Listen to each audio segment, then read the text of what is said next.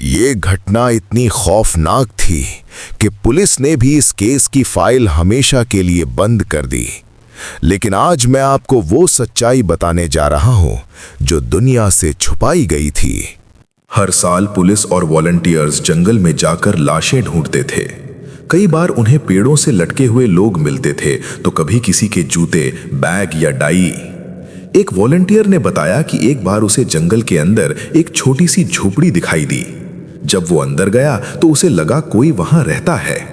Table पर खाना रखा था, एक कुर्सी हिल रही थी, लेकिन वहां कोई भी इंसान नहीं था। अचानक उसे पीछे से पत्तों के कुचलने की आवाज सुनाई दी।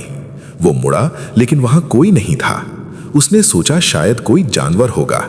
तभी उसे लगा जैसे कोई उसके कान के पास धीरे से फुसफुसाया, यहां से चले जाओ।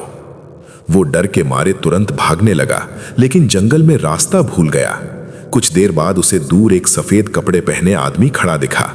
वो आदमी बिल्कुल स्थिर खड़ा था, जैसे किसी चीज का इंतजार कर रहा हो। वॉलंटियर ने उसे आवाज दी, तुम ठीक हो? लेकिन वो आदमी धीरे धीरे पेड़ों के पीछे गायब हो गया। जब वो वहां पहुंचा तो जमीन पर एक पुरानी रस्सी और सड़ी हुई हड्डियां पड़ी थीं, जैसे कोई वहां कई साल पहले मर चुका हो। उस दिन के बाद उस वॉलंटियर ने कसम खा ली कि वो कभी उस जंगल में वापस नहीं जाएगा। आज भी जापान में लोग कहते हैं कि आओकीगाहारा जंगल में सिर्फ पेड़ नहीं, बल्कि उन लोगों की आत्माएं भी भटकती हैं जो कभी वहां से वापस नहीं आए। पिछले भाग में वॉलंटियर ने उस जगह पर रस्सी और हड्डियां देखी थीं और वो डर के मारे वहां से भाग गया था। लेकिन कहानी यहीं खत्म नहीं हुई। अगले दिन जब वो अपने साथ 2 और लोगों को लेकर वापस उसी जगह पहुंचा तो उसे लगा शायद उसने कल डर के कारण कुछ गलत देख लिया होगा। वे तीनों धीरे धीरे जंगल के अंदर बढ़ने लगे। जंगल में अजीब सी खामोशी थी, इतनी गहरी कि अपने दिल की धड़कन भी साफ सुनाई दे रही थी। थोड़ी दूर जाने के बाद उन्हें जमीन पर एक लाल रंग की टेप बंधी हुई दिखी।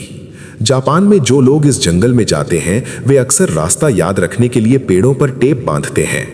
वॉलंटियर ने कहा, लगता है कोई हाल ही में यहां आया है। वे उस टेप को फॉलो करते हुए आगे बढ़ते गए। करीब 10 मिनट बाद उन्हें एक बैग दिखाई दिया।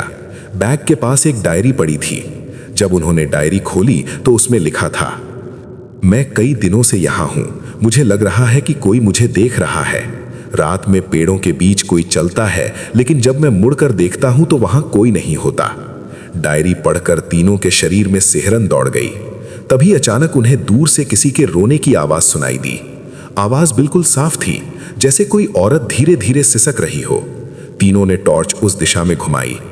पेड़ों के बीच एक सफेद कपड़ों में खड़ी आकृति दिखाई दी। वो बिल्कुल स्थिर खड़ी थी। वॉलंटियर ने डरते हुए पूछा, कौन है वहां? लेकिन कोई जवाब नहीं आया। जैसे ही वे कुछ कदम आगे बढ़े वो आकृति अचानक गायब हो गई और उसी समय उनके पीछे से टहनी टूटने की तेज आवाज आई। वे घबराकर पीछे मुड़े, लेकिन वहां सिर्फ खाली जंगल था। अब तीनों को साफ महसूस होने लगा था कि वे अकेले नहीं हैं। तभी अचानक उनके रेडियो से खड़खड़ाहट की आवाज आई और एक अजीब सी आवाज सुनाई दी, यहां